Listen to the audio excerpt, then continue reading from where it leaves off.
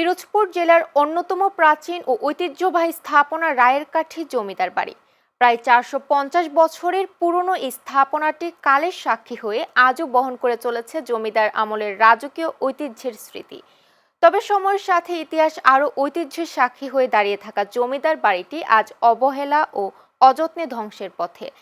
বিস্তারিত প্রতিনিধি মাহবুবুল আলমের তথ্য চিত্রে ডেস্ক রিপোর্টে। পিরোজপুর সদর উপজেলার রায়েরকাঠিতে অবস্থিত জমিদার বাড়িটি ভারতবর্ষের মোগল সম্রাট শাহজাহানের শাসনামলে ১৬০০ সালের মাঝামাঝি সময়ে নির্মিত হয়। প্রায় ২০০ একর জমি নিয়ে অপূর্ব নির্মাণশৈলীর এই প্রাসাদ ও মন্দির প্রতিষ্ঠা করেছিলেন ভাটিয়াল রাজা রুদ্রনারায়ণ রায় চৌধুরী।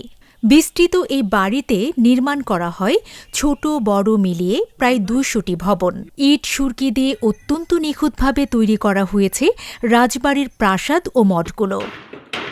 এরই একটি মঠে রয়েছে ২৫ মণ ওজনের বিশালাকার একটি শিবলিঙ্গ। কোষ্টি পাথরের তৈরি এই মহামূল্যবান শিবলিঙ্গটি উপমহাদেশের সবচেয়ে বড় শিবলিঙ্গ বলে জনশ্রুতি রয়েছে।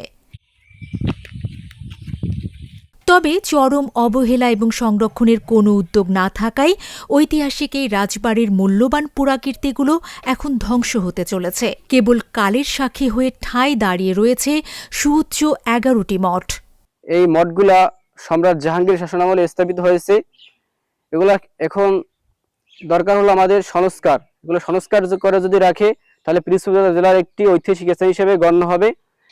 দূর দূরান্ত থেকে অনেক মানুষ আসে, অনুষ্ঠান হয়, প্রত্যেক বছরে রথযাত্রা হয়, শিব পুজো হয়, সেখানে ঢাকা থেকে খুলনা থেকে বিভিন্ন জেলা থেকে মানুষ আসে।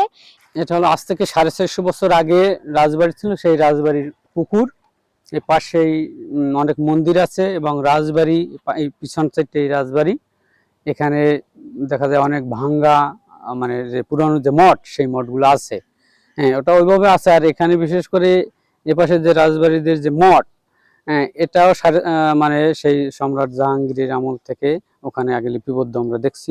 প্রায় 450 বছর আগে রাজা রুদ্রনারায়ণ রায়ের হাত ধরে এখানে জমিদারি প্রথা চালু হয়েছিল। বর্তমানে সবই ধ্বংসপ্রাপ্ত।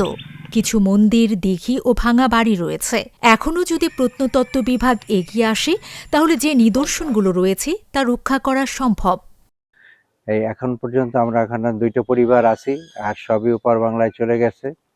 ভগ্ন কিছু বাড়িঘর এখনো আছে টিকে।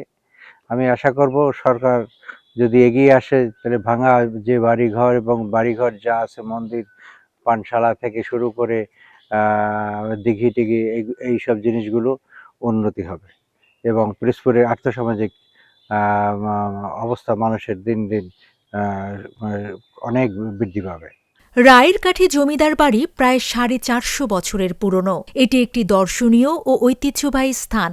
এখানে দেশ বিদেশ থেকে অনেক পর্যটক আসেন। এটি সংস্কারের জন্য সরকারের পক্ষ থেকে প্রত্নতত্ত্ব বিভাগকে জানানো হবে বলে জানিয়েছে উপজেলা নির্বাহী অফিস। রায়েরকাঠি জমিদার বাড়ি প্রায় 450 বছরের পুরনো। এটি দর্শনীয় ও ঐতিহ্যবাহী স্থান। এখানে দেশ বিদেশ থেকে অনেক পর্যটক আসেন এবং এটি সংরক্ষণের জন্য সরকারের পক্ষ থেকে প্রত্নতত্ত্ব অধিদপ্তরকে জানানো হবে এবং স্থানীয় পর্যায়ে যথাযথ উদ্যোগ গ্রহণ করা হবে। ইতিহাসের স্মৃতি ধরে রাখা জমিদার বাড়িটির সংরক্ষণে নেই কোনো সরকারি উদ্যোগ। বছরের পর বছর ধরে পড়ে রয়েছে অবহেলিত অবস্থায়। এটি সংরক্ষণ করে পর্যটন কেন্দ্র হিসেবে গড়ে তোলার দাবি এলাকাবাসীর।